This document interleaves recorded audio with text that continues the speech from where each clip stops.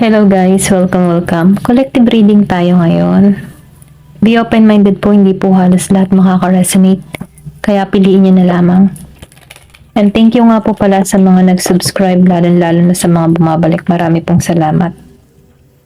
Give me the message for collective. Anong mensahe sa'yo? Give me the message for collective. Anong mensahe sa'yo?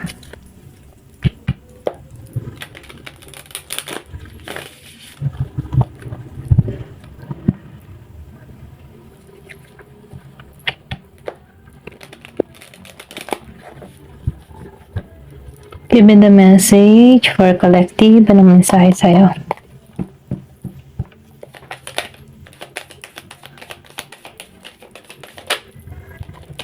Emperor energy.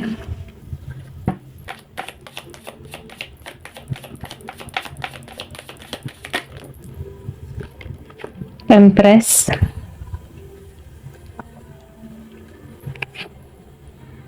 Meron ditong Nine of Pentacles reverse.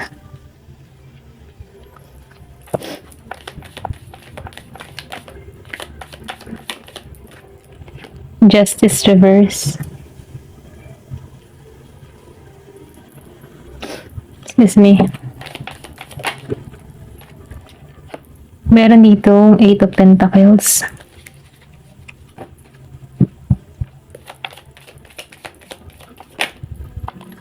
Queen of Swords.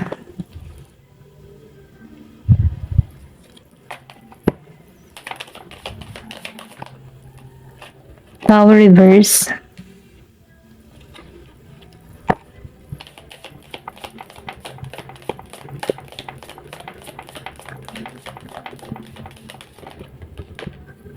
Union. Okay. Four of Wands. Two of Cups. Okay.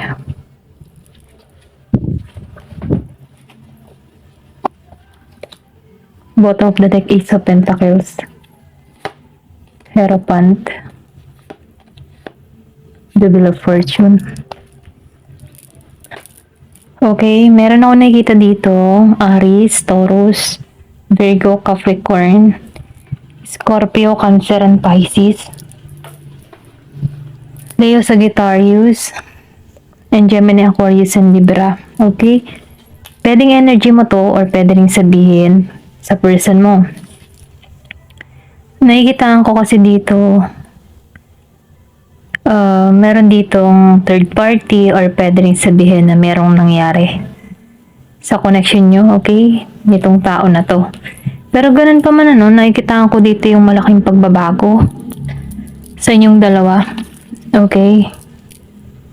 Kumbaga, lumabas kasi ang The Emperor at Empress dito, yung partnership, okay? Yung nakikitaan ko dito yung patungo sa'yo, okay? Meron ditong pagkikitang muli.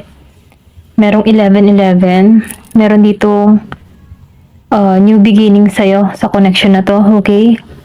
Kasi nakikitaan ko dito, the more na inaalagaan mo yung sarili mo at iniingatan mo, mas lalo mong na-attract ang bagong pag-ibig sa'yo, okay? Kasi meron din ditong gusto mag-renewal sa'yo dito sa Two of Cups and Four of Wands. Nakikitaan ko dito na tapos na yung disaster or pwede rin sabihin na tinanggalan ka dito kasi nagkaroon ka dito ng tapang at lakas ng loob dito sa Queen of Swords. Meron kang mga tinatrabaho dito or pwede rin sabihin mas pina-priority mo yung sarili mo. Okay? May mga bago kang routine na ginagawa para malibang mo yung sarili mo dito sa Eight of Pentacles. Then yung iba naman sa inyo, nakatuon sa negosyo, sa pangkabuhayan nila, sa financial. Kasi naranasan mo dito sa Nine of Pentacles yung mawalan. Or pwede rin sabihin na nagiging independent ka ngayon, okay? Kasi before, nafe-feel ko dito na meron dito umaasa sa kanyang kapareha. Pero dahil nakikitaan ko dito, na hindi ka pinagtuunan ng pansin dito, natuto kang tumayo dito sa Eight of Pentacles, okay? Nagiging maayos ka, nagiging kang maganda, ay naalagaan mo yung sarili mo, minamal mo yung sarili mo, may paglagong nagaganap sa'yo, tumatalino ka. Dahil doon ma-attract mo tong Emperor energy na to. Or itong Empress energy, kung isa ka man babae or lalaki, ito yung ma-attract mo, yung kapareho mo, okay? Then, nafe-feel ko din dito, yung iba sa inyo humahanap ng hustisya para sa'yo, okay? Kumbaga, kung ikaw man ay nasaktan before, humahanap ka ng hustisya, pero ganun pa man, nafe-feel ko dito, hindi mo man nasasakatuparan ngayong hustisya para sa'yo, pero may malaking pagbabagong nangyayari sa'yo, okay? Ito lang yung nakikitaan ko. Then dito, meron ditong Ace of Pentacles and the Hierophant and the Four of Swords. Kumbaga, tapos ka na sa cycle na to, okay? Tapos ka na sa mga experience nito. Meron dito sa yung tutungo, okay? Yung iba sa inyo may makikipagkasundo. Nafe-feel ko din dito yung magandang kapalaran naghihintay sa'yo. May new beginning, may marriage, ako nakikita rito. Meron ditong ikakasal or pwede rin sabihin may proposal na parating sa'yo, okay? Kung ikaw man isang single, ma-attract mo yung partnership na patungo sa'yo. Ito lang yung nafe-feel ko. Kung umaasa ka pa rin sa person mo, nakikitaan ko dito yung pagbabago. Maybe nagkakaroon ito ng realization kung ito yung energy ng person mo, itong the Emperor. Nagkakaroon ito ng realization, okay? Pero ganun pa man nafe-feel ko dito na yung iba sa inyo, may bagong parating sa'yo, bagong pag-ibig. Malakas dito yung Taurus, Aries, okay? Then, meron din ako nakikita dito na Gemini. Nakikitaan ko dito, nagiging kang matalino, nagiging kang nag-observe ka, ganyan. Hindi ka basta-basta nagpapapasok sa buhay mo. Kung baga ginagamitan mo to ng utak, pag may mga bagong relasyon na parating sa'yo or sabihin natin nakakakuha ka ng simpatya sa ibang tao, masyado kang grounded dito sa Queen of Swords. Masyado kang mabusisi or pwede rin sabihin kinikilatis mong maigi yung tao. Kasi ayaw mo nang masaktan tulad nitong Four of Swords.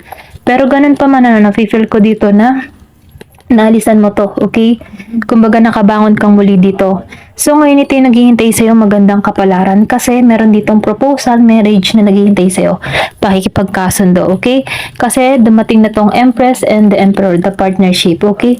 Divine counterpart na patungo sa'yo. Ito lang yung nakikita ko. Tingnan pa natin.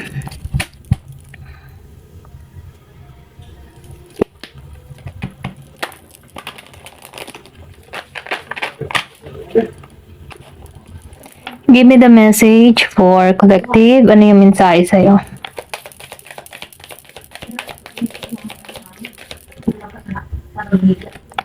Meron ka ditong marriage. So, yung sinabi ko kanina may ikakasal. Confirmation. Meron ditong kasal.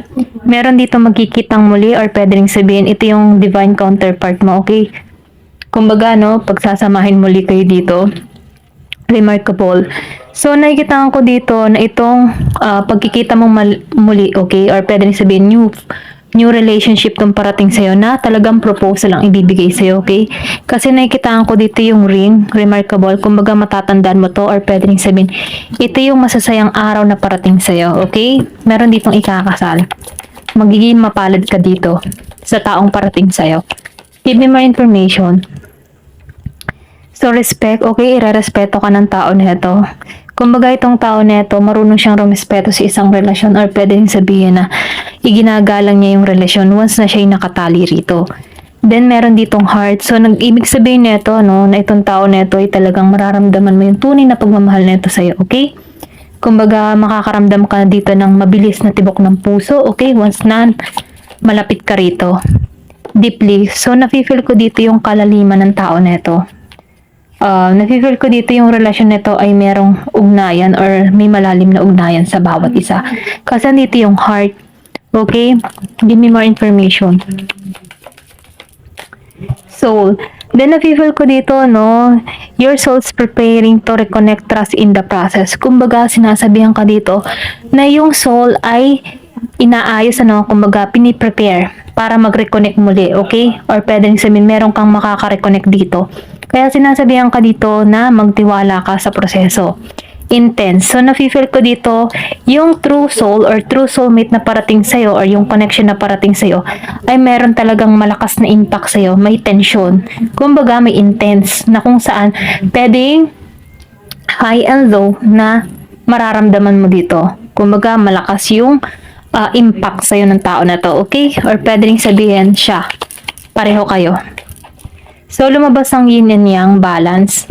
Balance tong connection na parating sa'yo kasi lumabas ang Empress and the Emperor. Divine counterpart, okay? Ayan. Ang matrak mo dito ay tulad mo, okay? Pareho kayo ng mindset. Ayan.